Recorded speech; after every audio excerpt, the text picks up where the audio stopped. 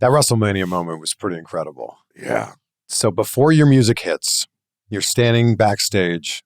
What are you feeling? I just I couldn't believe it was happening. You know, like that whole day, I didn't think, I knew that there was a possibility of things. They told me the day before that, look, things can change. We've seen things change. Yeah. We saw it at Money in the Bank when Brock won the briefcase. They came out of nowhere. Yeah. You know, like, and that was a decision in that day, apparently, from what I hear. So to me, I was like, what if Brock's music hits? You know, like, I don't know. Yeah.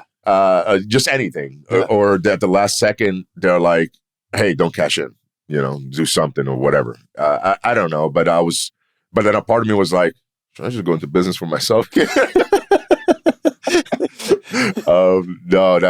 like the whole day, I didn't want to have the same conversation with the talent and just everybody in the building of, are you cashing in today? What are you doing here?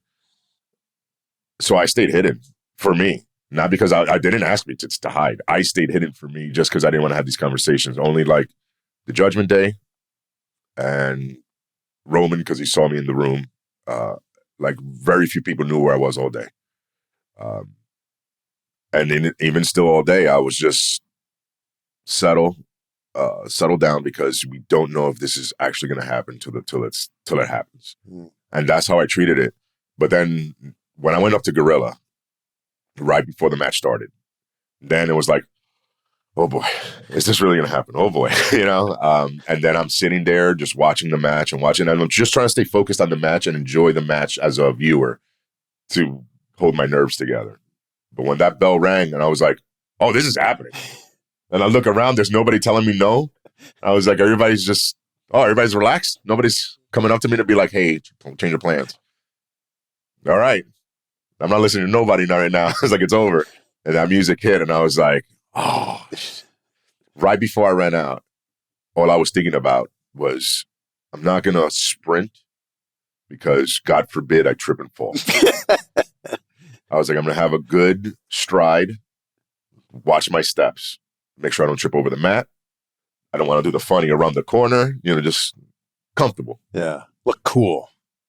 Forgot all about that as soon as the music hit. Just jetted down, just went around, almost fell. Like around the corner. Thank God I didn't slip. I hit Drew so hard with that briefcase. And it went flying. I didn't even know where it was. It almost ended up in the crowd. Can you imagine? There goes my cash in. It gets up in the crowd and somebody runs off with the briefcase. So I hit him and it left and I didn't even know where it was. And then it landed in front of me after I took like 5 steps. And I was like, oh, give it to Eddie to cash in. But man, that was when he hit the 3. I just felt so like mission accomplished. Wow. That was a cool one. And that's one of those that I took it in. I really I was in tune. Like as soon as the 3 hit, I was very in tune with what was happening. Like I looked, like I screamed, I looked at the crowd, I see her. And that was the other thing. The fact that the way they reacted, of course they were more reacting because everybody wants to see something special, something cool. It's not because they were cheering for me. I understood what it was, but it was still, that Philadelphia crowd made it 10 times better than what I would expected because of how they reacted and their energy.